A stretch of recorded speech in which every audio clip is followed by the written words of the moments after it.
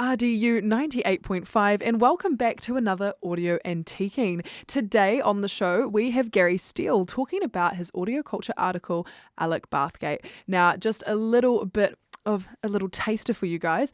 The Enemy, Toy Love, Tall Dwarfs. All three were trailblazing, and Alec Bathgate's contributions were crucial, distinctive, memorable. His guitar provided the architecture around which Chris Knox painted his vocal melodies. It's inconceivable to imagine those three acts without him. And yet, Chris Knox is the dominant presence. It was a songwriting partnership and friendship that just worked, hence its longevity and its ability to evolve through three very different musical projects. Gary, thank you first of all so much for writing this article. And can you just expand a little bit on that intro there on why Alec Bathgate was actually so pivotal? Well, basically, Chris Knox and Alec were right there at the start of the whole, what they call the Dunedin sound and the Flying Nun thing. They were, original Dunedin punks back in 1977. And they kind of kick-started the whole scene.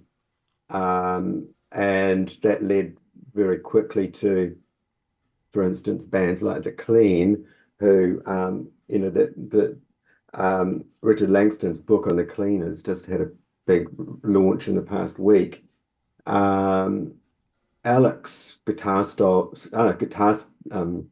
now I'm getting all tied up. Alex's guitar style had a huge influence on the playing of David Kilgour and the Clean, and on it went, the whole scene. And I suppose that's just kept on, influencing bands over generations. So the influence of Chris and Alec is inestimable. I can even say that word. It's too early in the day. Inestimable. And because it's had a huge influence on the whole alt rock scene in the States and elsewhere, and the do-it-yourself scene as well. It's sort of Chris and Alec working together as Tall Dwarfs were right at the beginning of the whole. Let's forget about expensive studios and record company pressure to make it slick, and just get a reel-to-reel tape recorder, set it up in a bedroom and go for it. And that, now, of course, it's moved on again to, it's still bedroom, but it's all computers, of course. But back then it was almost unheard of to do that, You had to get together, you had to get a record contract, and you had to have the slick wheels of the record companies behind you, and make a product that cost lots of money because you were paying by the hour in the studio. Whereas, of course, once you got rid of all those machinations, you could just, your creative life just blossomed, and you were able to, and that's what Tall Dwarfs did. They had 20 something years of just fucking around, excuse the language, and making amazing records. There's over 200 songs over that period of time. If anyone wants to hear any of the Tall Dwarf stuff, they can go on the streaming platforms, and they'll find that there's a box set on there, what was released as a box set, of course, in 2022, where Alec has picked all the best Tall Dwarf songs, I think 55 songs. And it's just incredible. You listen to it and you think, what the heck? What were these guys doing? It's all over the show, but it's all Tall Dwarfs. It's a distinctive style that kind of can't be replicated. It's almost, I quite like the quote that you've put in the article. Punk rock was very forgiving. It was all about the attitude and sound rather than the technique. Yeah, and that's in a way where Alex's genesis came from. I mean, he was a guy who grew up on a farm in a place called Tapanui, near Gore, and but basically a rural kid who was soaking up music in the mid to late 60s as a boy, buying whatever vinyl he could from the local department store, and his influences were bands like the Monkees, Mm, the TV concoction that so many people dissed at the time because they weren't real musicians. They were very much a product. But they had their songs had some of the best songwriting. mm, Or at least, they're incredible songwriters. Um, and between Chris and Alec, they loved all that sort of garage psychedelia from the mid to mm, late 60s, which wasn't overproduced. It wasn't over complex, but was kind of grabbing the zeitgeist of the times, lots of LSD floating around and people taking all sorts of things that they probably shouldn't have been. And and that was their big influence. So yeah. then in the mid 70s, everything got very slick and produced, Mm, and you got the whole AOR, adult oriented radio thing happening, bands like Fleetwood Mac getting really slick, mm, um, and musicians coming up thought that they couldn't do it because it involved a level of corporatization. And that's where punk rock comes in because they could mm. go back to the garage and anyone could do it. Totally. And I think But, that's what's so endearing about it, because what you've literally just touched on actually segues really well into what the next question I was going to ask you is. You've written, it's certainly true that in the 1990s, recordings of Tall Dwarfs came into existence slightly differently. Recording in person still occurred, but the result was often unfinished fragments that would end up being augmented and altered and finished via post-op editing. Despite small differences in their approach with every project, overall the Tall Dwarfs' spontaneous way of working was remarkably consistent over a long period of time. Like, you were just discussing like the 60s and 70s. Do you think that when their 1990s recordings, like they came in, was it more polished, or what, did it still kind of hold that integral root? it was they never compromised what they did. Awesome. They became less popular over time. I think they were, even, I mean, I must admit, I regarded them as part of the furniture after a while because, I mean, I lived in Auckland, Chris lived here. He was always playing in the university quadrangle, you Mm, know. It was just you kind of get blasé about it when you've got these creative geniuses in your midst. mm, And but looking at it from this distance, I when I started writing the story on Alec, I hadn't really listened to Tall Dwarfs in a long time. ah, And going through it all again, I was just amazed, given that second sight. mm, Um, and it's a bounteous thing. And I think that no, they didn't compromise. And I think that all that changed was that they had less time to make the music mm, because Alec was had a full-time job as a graphic designer in Christchurch and a family to raise, and mm, Chris lived in Auckland, right. and they had to grab whatever tiny slivers of time they Mm, had together to make a new record. But that led to spontaneity as well. mm, And I guess the technology did change a little bit over time, and they probably had more access to samplers and things, better yes, ways of using sample fragments and things totally. like that. But it was still as rough as guts, Mm, essentially. yeah. No, I've completely. That would have been, yeah, that would have been really hard. Being, I mean, New Zealand is quite small, but still having all of those differences, and then also being in two separate islands, that would have been quite niggly. Yeah, Yeah. and also Chris's career had really taken off in a way.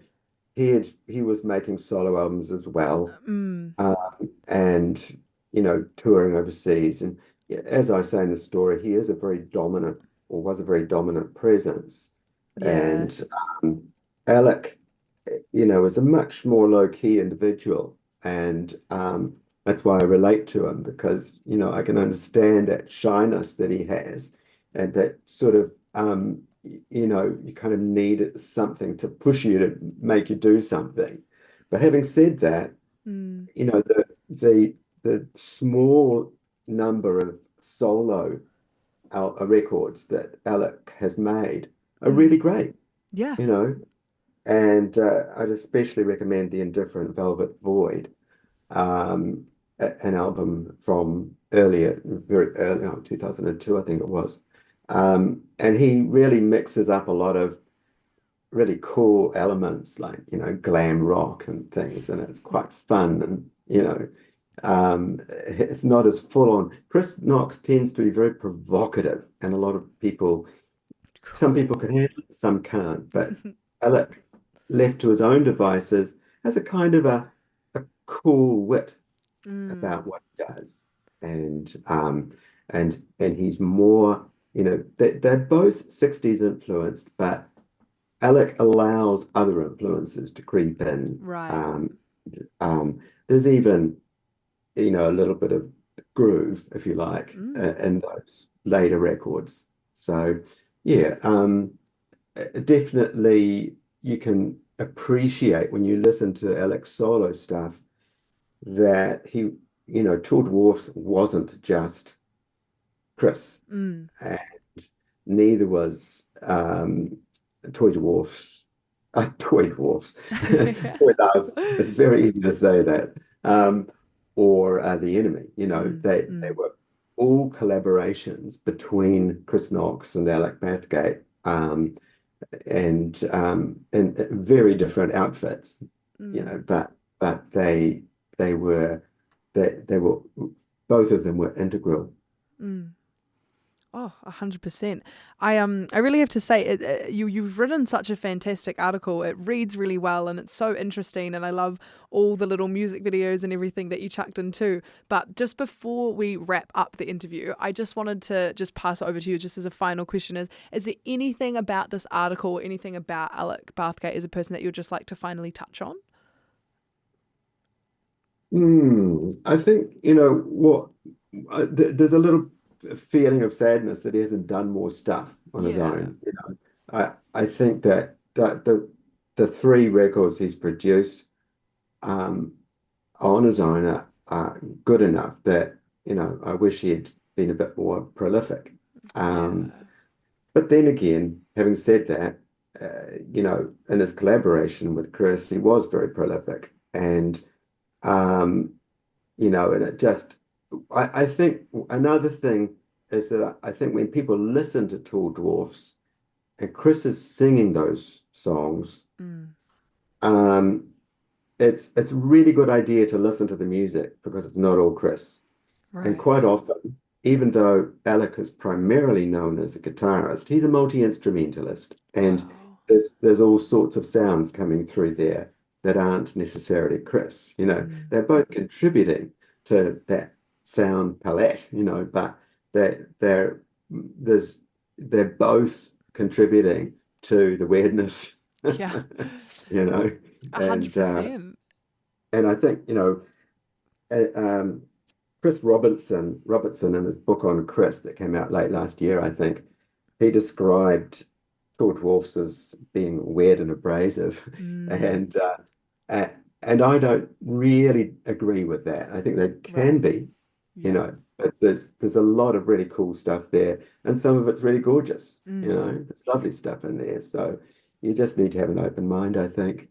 I think that's the only way we should indulge in any creative art form. Like, you just have to be open and you've just got to be willing to be like, let this blow my mind.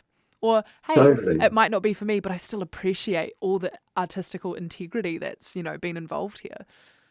Look, I love listening to even music that I hate because I Yes. always think that you learn something from it. Yeah. I'll watch a documentary about an act that I don't like just to find out more about why I don't like it. Yeah. Um, but yeah, so yeah. Yeah. No, 100%. Goodness, I think we need to have another interview to discuss that just that subject further. Well, it's all an adventure. The way I look at it, music's an adventure for the Totally. listener. Yeah. It should always be an adventure. Mm, There's no reason to, I run a hi-fi website, basically old men listening to expensive stereos, love it. and and most of them, unfortunately, there are some adventurous listeners, but mo a lot of them just want to listen to Dark Side of the Moon for the 100th time. Yeah. And that's but I think that's the the worst thing about nostalgia is the worst thing about Mm, music listening. I would never wish anyone to just go and listen to Tall Dwarfs and not listen to what's happening contemporaneously because totally. what's happening now is important too. Yeah. No, I completely agree with you. But thank Lovely. you so much for your time today, Gary. This has been like genuinely such a pleasure. Again, thank you so much for writing this article. Thank you, Bex. It's been lovely talking. Oh, thank you.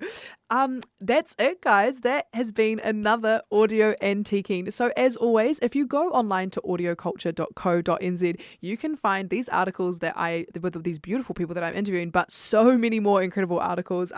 With the current state of the world and how like doom and gloom a lot of things are, it's always important to kind of just have these beautiful, positive articles that you can kind of look at, get a little bit more knowledge on, and yeah, find a new artist that you either might love or hate. But yeah, Gary has written an incredible article. So if you go online, audioculture.co.nz and type in Alec Bathgate, that will show up there. There's a lot of videos and a lot of good stuff to ingest. So thank you so much, and I'll see you guys next time.